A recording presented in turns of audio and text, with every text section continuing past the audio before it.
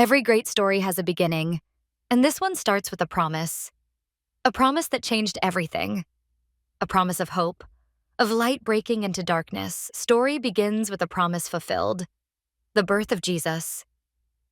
In Matthew chapter 123, it is written, "The virgin will conceive and give birth to a son, and they will call him Emmanuel," which means God with us. A long time ago, people were waiting for someone who could bring light into a dark world. Then, in a small town called Bethlehem, a baby was born. Not just any baby, but God Himself in human form. Jesus didn't come as a powerful ruler, but as a humble child. His birth wasn't in a palace, but in a manger. Shepherds, the simplest of people, were the first to hear the good news, while wise men traveled from far away to honor Him. This wasn't just any birth. It was the beginning of God's great rescue plan for the world. But Jesus didn't just come to be born. He came with a purpose. As He grew, so did the anticipation. Then, about 30 years later, the moment arrived. It was time. In Luke 19:10, it is written, "For the Son of Man came to seek and save the lost." Jesus steps forward, ready to begin His ministry. He goes to John the Baptist to be baptized, and in that moment, something incredible happens. Heaven opens, and God's voice declares, "This is my Son whom I love. With him I am well pleased." Matthew 3:17. From that day on, Jesus doesn't just talk about God's love. He lives it. He touches the untouchable, heals the sick, feeds the hungry, and even commands the stormy seas to be still. Crowds follow Him, hanging on to His every word. Hope spreads. Could He really be the one? The Messiah they had been waiting for? But not everyone was happy. While many followed Jesus with hope, others watched with suspicion. The religious leaders, those who held power and influence, felt uneasy.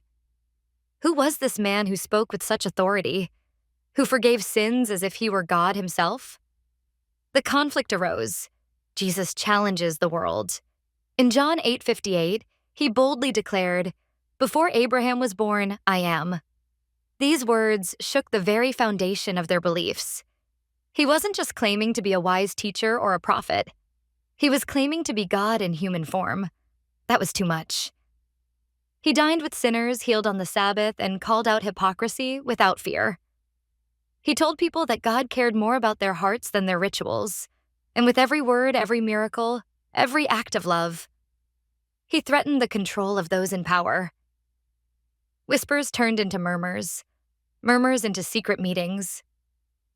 Until finally, they made a decision. This man must be stopped. The tension was rising. The whispers of betrayal had turned into action. One of Jesus' own disciples, Judas, had made a deal with those plotting against Him. And so, on the night before His death, Jesus gathered His disciples for one final meal, the Last Supper, a new covenant. As they sat together, Jesus took the bread, broke it, and said, "This is my body, given for you." Then He took the cup of wine and told them, "This is my blood, poured out for you, a new covenant." Luke 22:19-20. The disciples didn't fully understand, but Jesus was preparing them. His death was not just an ending, it was the beginning of something new. And then the unthinkable happened. That very night, Judas, one of His closest followers, betrayed Him. Jesus was arrested, beaten, and falsely accused. The ones who had once welcomed Him with palm branches were now turning against Him. The road to the cross had begun. But the night of betrayal was only the beginning. Jesus was handed over to the authorities, and the same crowd that once praised Him now shouted, "Crucify Him." He was sentenced to death. Crucifixion, the most painful and humiliating execution. Nailed to a cross, He was mocked by the very people He came to save. Yet in His suffering, He didn't curse His enemies. He prayed for them. His final words carried a deep message. In Luke 23:34, He said, "Father, forgive them." And in John 19:30, He declared, "It is finished." With that, He breathed His last. The earth shook, the sky turned dark, and it seemed like all hope was lost. But what seemed like the end was far from it. Hope was about to break through the darkness. 3 days later, something incredible happened. At dawn, a few women went to His tomb, only to find the massive stone rolled away. Fear gripped them, but then they saw an angel who spoke words that would change history forever. In Matthew 28:6, the angel declared, "He is not here. He has risen just as he said." And in Luke 24:5-6, the angel asked, "Why do you look for the living among the dead? He is not here. He has risen." Jesus had conquered death. Soon, he appeared to his disciples, proving he was truly alive. His resurrection wasn't just a miracle. It was the foundation of everything Easter stands for. Sin and death no longer have the final say. Because he lives, we have eternal hope. His sacrifice wasn't the end. It was the beginning of new life for all who believe. The resurrection wasn't just a moment in history. It was the turning point for all of humanity. It wasn't just about what happened then. It's about what it means for us now. In John 11:25, Jesus said, "I am the resurrection and the life. The one who believes in me will live even though they die." Easter is a personal invitation. Jesus didn't just die and rise again for history's sake. He did it for you. Easter is God's way of saying, no matter who you are or what you've done, I love you, I forgive you, and I want you to have new life in me. So the real question is, what will you do with this story? Will Easter be just another holiday, or will you let it change your life?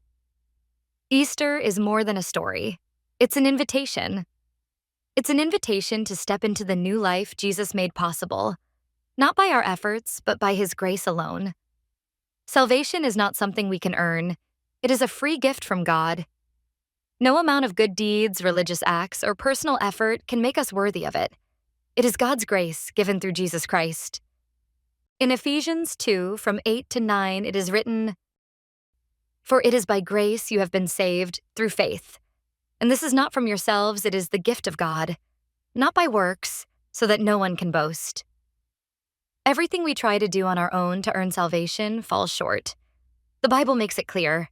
In Isaiah 64:6, it is written, "All our righteous acts are like filthy rags."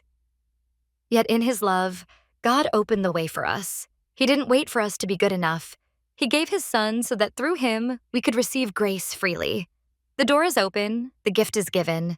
Will you receive it? Please let us know in the comments. Happy Easter, he is risen.